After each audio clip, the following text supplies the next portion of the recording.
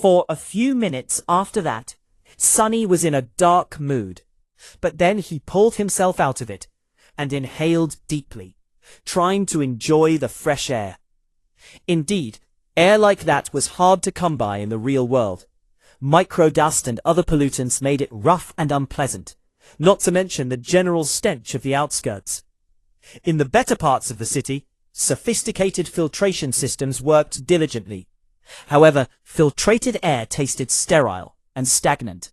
Only the very rich had access to truly pleasant breathing. And here he was, able to enjoy an unlimited amount of pristine, delicious air, like a second-generation chaebol. Truly, being chosen by the spell has its benefits.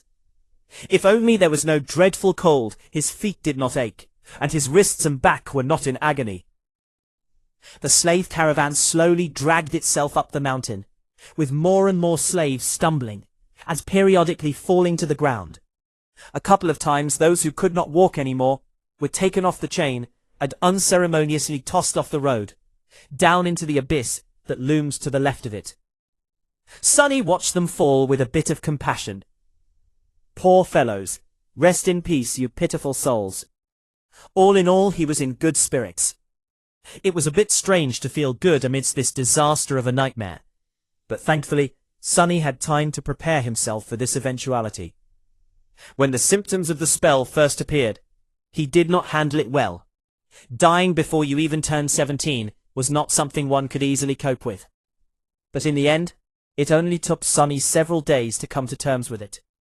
After visiting his parents' makeshift resting place, well, actually, since he was too poor to afford even the cheapest slot in the remembrance facility, it was just 2 lines carved into an old tree. And adding a 3rd line for himself, Sunny suddenly became relaxed and carefree. After all, he didn't have to worry about earning money, finding food, protecting himself, and planning for the future anymore. Once the worst that could happen had already happened, what else was there to fear? So, becoming a slave and slowly freezing to death was not that much of a shock. Besides, he knew that cold would not kill him, simply because he had already seen what fate was awaiting the caravan further up the mountain. The picture of piled bones littering the ground was still fresh in his mind.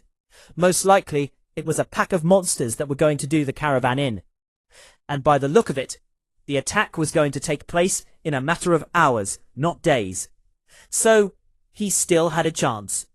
Using the opportunity, Sunny decided to take another look at his status, and summoned the runes again. The last time, he was too outraged by the aspect, and didn't study the attributes well. While not as important as one's aspect, the attributes were often the deciding factor between life and death. They represented one's natural traits and affinities, sometimes even providing passive abilities and effects. Fated attribute description. The strings of fate wrap tightly around you. Unlikely events, both good and bad, are drawn by your presence. There are those who are blessed, and there are those who are cursed, but rarely both. Mark of divinity attribute description. You bear a faint scent of divinity, as though someone briefly touched by it once, a long time ago. Child of shadows attribute description. Shadows recognize you as one of their own. Interesting. Sunny quickly recognized the first attribute, fated, as the main culprit of his predicament. At first glance, it seemed to indicate that he was destined for a certain fate. To die miserably and vanish without a trace, for example. But after reading the description, he realized that being fated actually just meant that improbable things had a higher chance of occurring when he was around. I guess this is how I managed to receive one of the super rare useless aspects, and a weird variant of it at that. If fated was his innate attribute, then the other 2 came from the temple slave aspect. Mark of divinity was more or less straightforward.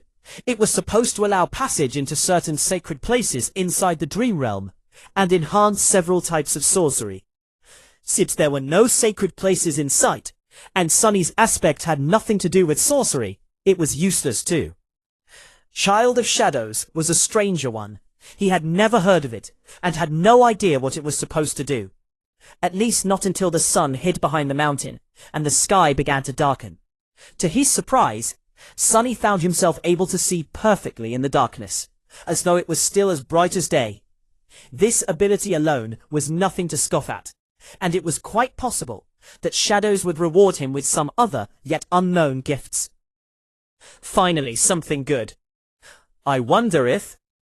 Stop the caravan. Prepare to camp. Following the head soldier's order, the slaves stopped and fell to the ground, shivering and exhausted. The small clearing where the road widened was somewhat protected from the wind by a protruding mass of rock, but it was still too cold to rest with ease. The soldiers got busy herding the slaves into a tight circle, forcing them to share warmth, and lighting up a large bonfire in the center of the camp, although not before tending to their horses. The heavy wagon carrying food, water, and other cargo, to which the main chain was firmly affixed, was pushed forward to block the wind. While looking around, Sunny noticed the young soldier from before, watching the mountain with a complicated look on his face. What a weirdo. Soon, the bonfire was blazing. The stronger slaves tried to find their way closer to the fire, while the weaker ones, like Sunny, were forced to sit at the outer end of the circle, with their backs freezing in the cold. Of course, any movement was encumbered by the fact that they were still shackled to the chain. That's why the familiar broad-shouldered slave ended up just where he started, despite all of his efforts to get closer to the flame. Damn Imperials, he hissed, clearly irritated. The soldiers walked among the slaves, giving them water and food. Sunny, just like everybody else, received a few sips of icy water and a small piece of rock-hard, mouldy bread. Despite its unappetizing look, he forced himself to eat the whole thing, just to be left as hungry as he was before. By the looks of it, he wasn't the only one. The shifty slave that had been walking behind him looked around in anguish. By all the gods, they used to feed me better even in the dungeons. He spat on the ground, desperate. And most of us innocent men in the dungeon were there waiting to visit the gallows too. A few steps away from them, where the paved road ended and sharp rocks began, a scattering of bright red berries were growing from the snow. Sunny had noticed them before, clustering here and there along the road, and even noted how pretty those resilient things looked, contrasted against the white. The shifty slave's eyes glistened as he tried to crawl towards the berries on all fours. I would advise against eating those, friend. It was the gentle-voiced slave again. Sunny turned around and finally saw him in the flesh for the first time. It was a tall man in his 40s, lean and strangely handsome, with a dignified look of a scholar. How a man such as him ended up a slave was a mystery. Yet there he was. You and your advice again. What? Why? The scholar smiled apologetically. These berries are called bloodbane. They grow in the places where human blood was spilled. That's why there's always a lot of them along the slave trade routes. So what? The older man sighed. Bloodbane is poisonous. A few berries might be enough to kill an adult man. Curses! The shifty slave flinched back and glared at the scholar. Sunny did not pay them a lot of attention, because while looking around, he finally recognized the site of the camp as the place where, in his vision at the start of the nightmare, the bones of the slaves were buried under the snow. And he was willing to bet that whatever it was that killed them all was going to happen soon. As if to answer his thoughts, a thundering noise rang from above, and in the next second, something massive came crashing from the sky. Turning in the direction of the thundering noise, many slaves raised their heads, only to see rocks and heavy shards of ice raining on them from above. They instantly panicked, lurching away in a cacophony of screams. Shadows happily danced on black stones, as, entangled by the thick chain, those slaves fell to the ground and pulled others with them. Sunny was one of the few that remained upright, mostly because he was ready for something like this to happen. Calm and collected, he gazed at the night sky, his attribute-enhanced eyes piercing the darkness, and took one measured step back. In the next second, a piece of ice the size of a man's torso hit the ground right in front of him and exploded, showering everything around with sharp shards. Others weren't that quick. As ice and stones continued to rain, many were wounded, and a few even lost their lives. Agonizing wails filled the air. "On your feet, fools! Get to the wall!" The veteran soldier, the one who had whipped Sonny a few hours before, was shouting angrily, trying to get the slaves to move towards the relative safety of the mountain slope. However, before anyone could heed his command, something massive came crashing down, sending a tremor through the stones beneath their feet. It fell right between the caravan and the mountain wall, plunging everything into silence for a few seconds. At first it looked like a lump of dirty snow, roughly round in shape, and as tall as a mounted horseman. However, once the creature unfurled its long limbs and rose, it towered over the stone platform, like a nightmarish omen of death. That thing must be at least 4 meters tall, Sonny thought, a bit stunned. The creature had 2 stumpy legs, an emaciated, hunched torso, and disproportionately long, multi-jointed hands. 2 of them, each ending with a set of horrifying bone claws, and another 2, these ones shorter, ending with almost human-like fingers. The thing that at first glance looked like dirty snow turned out to be its fur, yellowish-grey and ragged, thick enough to stop arrows and swords. On its head, 5 milky white eyes regarded the slaves with insect-like indifference. Beneath them, a terrible maw, crowding with razor-sharp teeth, was half open, as though in anticipation. Viscous drool was running down the creature's chin and dripping into the snow. What unnerved Sonny the most, though, were the strange shapes, endlessly moving, worm-like, under the creature's skin. He could see them clearly because, unfortunately, he was one of those unlucky souls closest to the monstrosity, getting a nauseating first-row view. Well, that is just too much, he thought, stupefied. As soon as Sonny finished that thought, all hell broke loose. The creature moved, slashing its claws in his general direction. But Sonny was 1 step ahead.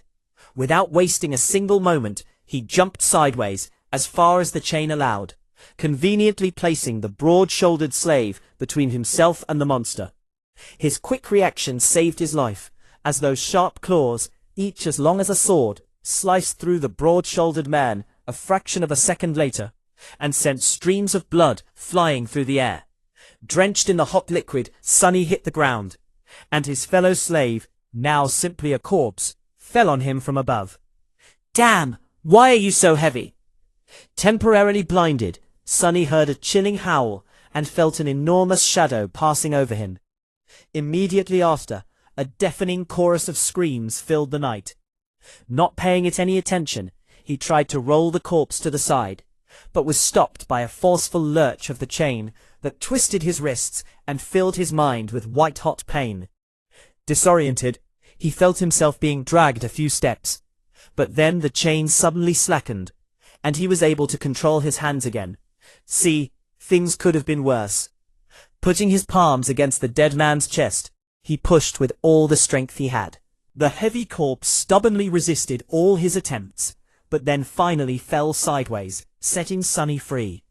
However, he didn't get to celebrate this newly found freedom, as his blood suddenly turned to ice, because at that moment, with his palms still pressed against the broad-shouldered slave's bleeding body, he clearly felt something wriggling under the dead man's skin. "You just had to think about how things could get worse, right, you idiot?" he thought, and then flinched back. Pushing the corpse with his legs, Sonny crawled as far away from it as he could, which was about 1.5 meters, thanks to the ever-present chain. He quickly glanced around, noticing a mass of dancing shadows, and the silhouette of the monster rampaging amidst the screaming slaves on the opposite end of the stone platform. Then he concentrated on the dead body, which was starting to convulse with growing violence. On the opposite side of the corpse, the shifty slave was looking at it with slackened jaw and a horrified expression on his face. Sonny waved to get his attention. "What are you staring at? Move away from it!" The shifty slave tried, but immediately fell down. The chain was twisted between the 3 of them, pinned down under by the broad-shouldered man's weight. Sonny clenched his teeth. Right under his eyes, the corpse was going through a nightmare-inducing metamorphose. Strange bone growths pierced its skin, extending like spikes. The muscles bulged and wriggled, as though trying to change shape. The fingernails were turning into sharp claws. The face cracked and split, bearing open a twisted mouth with one too many rows of bloodied needle-like fangs. "This is not right." Sonny twitched, feeling a strong urge to empty his stomach. The chain! The scholarly slave was just a few steps behind the shifty one, pointing at his shackles with a face as pale as a ghost. That remark was far from helpful, but given the circumstances, his shock was understandable. Being shackled was bad enough, but being shackled to such horror was truly unfair. But Sonny's conclusion that things weren't right did not come from self-pity. He just meant that this whole situation was literally not right. The spell, mysterious as it was, had its own set of rules. There were rules for what type of creatures could appear in any given nightmare too. Nightmare creatures had their own hierarchy, from mindless beasts to monsters, followed by demons, devils, tyrants, terrors, and finally mythical titans, also known as calamities. The first nightmare was almost always populated by beasts and monsters, rarely with a demon mixed in. And Sonny had never ever heard about anything stronger than a single devil appearing in it. However, the creature had clearly just created a lesser version of itself, an ability that belonged exclusively to tyrants, the sovereigns of the nightmare spell, and those above them. What was this tyrant even doing in a first nightmare? How powerful was that damn fated attribute? But there was no time to ponder. Unfair or not, there was only one person now who could save Sonny. Himself. The broad-shouldered man, what was left of him, slowly rose, his mouth producing strange clicking noises.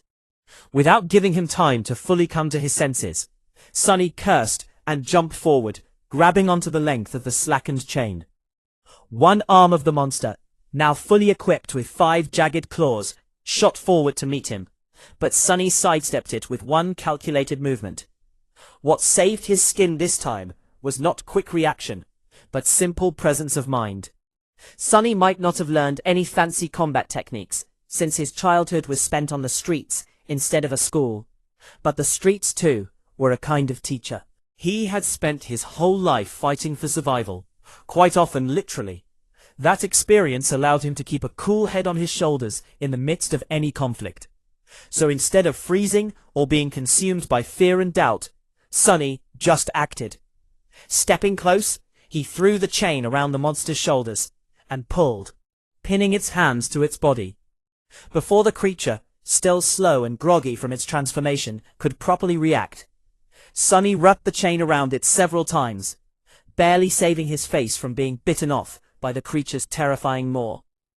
The good thing was, the monster couldn't move its hands now. The bad thing was, the length of the chain he used to immobilize it was gone, leaving almost no distance between them. "You two!" Sonny screamed, addressing his 2 fellow slaves. "Pull on that chain as though your lives depend on it." Because they were. The shifty slave and the scholar gaped at him, and then, understanding what he was thinking, started to move. Grabbing the chain from the opposite directions, they pulled as hard as they could, tightening its grip on the monster and not letting it shake loose. Great, Sonny thought. The monster bulged its muscles, trying to break free. The chain creaked, caught on the bone spikes, as though slowly breaking apart. Not so great. Without wasting any more time, he threw his hands in the air and caught the creature's neck with the short, thinner chain connecting his shackles together. Then he circled the monster with a quick step and pulled, ending up back to back with it, as far away from its maw as he could. Sonny knew that he wasn't strong enough to strangle a man with his bare hands, let alone a weird, terrifying mutant like the one trying to eat him. But now, using his own back as a lever and the weight of his whole body to pull the shackles down, he at least stood a chance. He pulled down with all his might, feeling the monster's body pressing against him, bone spikes brushing against his skin. The monster continued to struggle, clicking loudly and trying to break the chain tying him down apart. Now it was just a question of what would break first, the chain or the monster itself. Die, die, you bastard! Sweat and blood were rolling down Sunny's face as he was pulling, and pulling, and pulling down with as much force as he could muster. Every second felt like an eternity. His strength and stamina, what little he had to begin with, were quickly running out. His wounded back, wrists and muscles, pierced by the bone spikes, were in agony. And then, finally, Sunny felt the monster's body go limp. A moment later, a faintly familiar voice rang in the air. It was the most beautiful sound he had ever heard. "You have slain a dormant beast, Mountain King's larva." You have slain a dormant beast, Mountain King's larva. Sunny fell to his knees, breathless. His whole body felt as though it just went through a meat grinder. Even large amounts of adrenaline could not wash away all the pain and exhaustion. And yet, he was exhilarated. The satisfaction of killing the larva was so vast that he even forgot to be disappointed about not receiving a memory, the special item tied to a dream realm inhabitant's essence, which was sometimes awarded by the spell to the triumphant awakened. A magic sword or a suit of armor would have come in handy right about now. Damn, he would even settle for a warm coat. 3 seconds. You can rest for 3 more seconds, Sunny thought. After all, the nightmare was far from over. A few moments later, he forced himself to come back to his senses and looked around, trying to ascertain the situation. The larva was dead, which was great. However, he was still tied to it by the damned chain. The shifty slave and the scholar, both pale as death, were busy untangling it to buy the 3 of them at least some freedom of movement. Further away, torn bodies and pieces of flesh were lying on the ground. Many slaves were killed. A few had somehow managed to escape and were now running away. Fools! They're dooming themselves. The chain, as it turns out, was at some point broken in 2. That's why it suddenly slackened when Sunny was being dragged by the mass of panicking slaves. If their shackles had a less sophisticated locking mechanism, he could have tried to free himself now. However, each pair was fixed to a specific link. Without unlocking them, no one was going anywhere.